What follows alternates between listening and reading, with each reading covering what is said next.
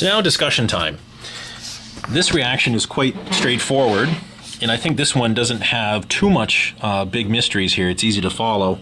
This is just one style of the mechanism, folks. There are others I've seen where they have something else doing the attacking, but the point is, however I've seen it done, we end up getting to something just like this. And they might have had a name for it, some kind of sulfonate, sulfonyl chloride ester or anhydride or something like that.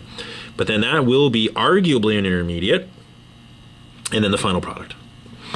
So when you map that out on a reaction energy diagram, we all know that carboxylic acid functional groups, in a qualitative sense, just looking at the organic starting material and product, we all know that acid chlorides is a much more reactive functional group. So as far as the organic components, it looks endothermic, right? The other question is, does the reactive thionyl chloride, is it reactive enough that whatever energy it gives off while forming this is enough to get this hill to go? When we added this without any heating, there was no obvious signs of heat coming off.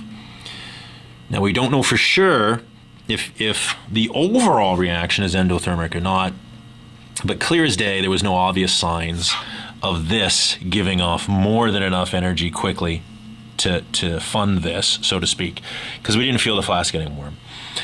But obviously what could be done if we really wanted to, we could look up all the delta HFs of all of these compounds under the conditions, or we could do the experiment in a calorimeter if we really wanted to detect any, or a larger scale, a much larger scale.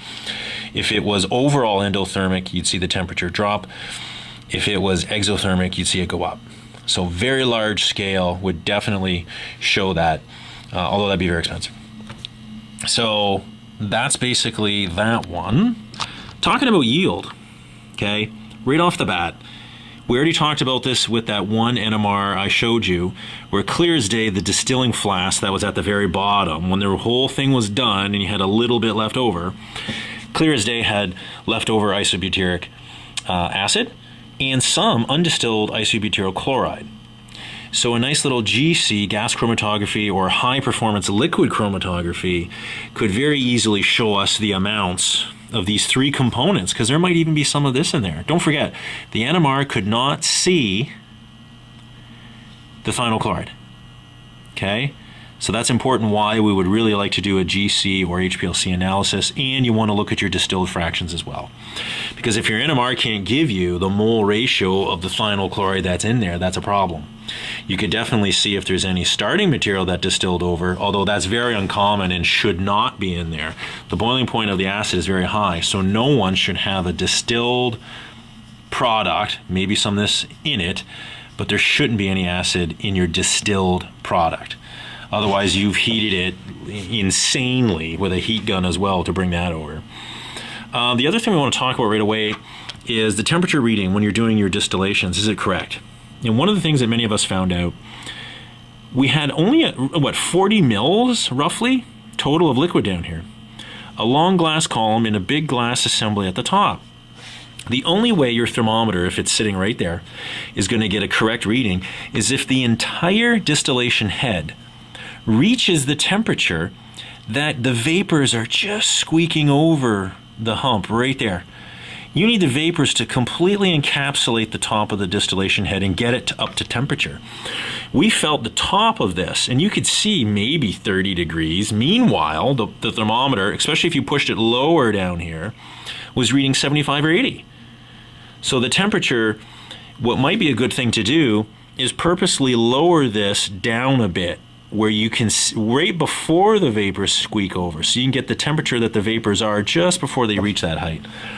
Because what happens is, some people collected just one single fraction, one only, and the temperature never made it above 75. Well, it was because of this problem. If they had it lowered down about here, they would have seen the temperature start to rise on them more accurately. IR spike, we mentioned that if we're trying to figure out whether that 1235 peak or whatever it was matched the 1228 peak of the thionyl chloride, you could rerun that again with some thionyl chloride, see if it shows up. That's one way to prove it. If it doesn't match, then obviously it belongs to our product and not thionyl chloride. So one of the things here is, can we use IR to even help us find out how much thionyl chloride is actually in the product? Otherwise, HPLC or GC is the way to go. NMR can't see thionyl chloride. The other thing I want to mention here, I mentioned it in class or lab, when you're doing the carbon-13 especially, even when you run your proton, the RG value on the blue AII window, the receiver gain, if it's over 10, like if you had pure, 100% pure liquid isobutyryl chloride, or any pure liquid, so every single mole of the molecules in that NMR tube is just one compound, the receiver gain is almost always 1 or 2. If the receiver gain starts to creep up, certainly over 10, that means you've got a fair bit of something else, and in this case, the thionyl chloride. Some people, I noticed their receiver gain was as high as 30, which means they had a ton of thionyl chloride and not as much of the isobutyryl chloride. So yet again, they can make a comment, and you should be able to see the receiver gain if you go back in your file, which is saved. You could very much, hark back to adjusting your percent yield and how it actually is quite low. The other comment overall is this procedure seems a bit clunky for a small scale procedure to make this. And the other problem is we had unreacted isobutyric acid, right, as found out from last year's NMR run I showed you. So the reflux time, that does give us a little bit of light here. How reactive is this with this? Obviously refluxing it for half hour to 45 minutes was not enough to complete all of this over to this. So obviously one part about this is very obvious is we could try and let this stir even overnight, for instance, and come back in and see then if there was any unreacted isobutyric acid. So really it's a matter of kinetics and how long is it going to take for this reaction to get done.